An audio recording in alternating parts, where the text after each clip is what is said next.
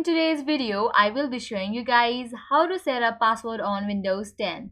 Now at the bottom left corner of your screen, you can see this Windows icon. Click on it. Now on the left hand side, you can see different options. Click on the option Sign In. Now go to the option Change Account Settings. Now again on the left side, you can see the option of Sign In Options. Click on it. Now here you have to go to the option Password. Now here you can see the option of Add. Click on that. Now you have to enter the password for your Windows 10.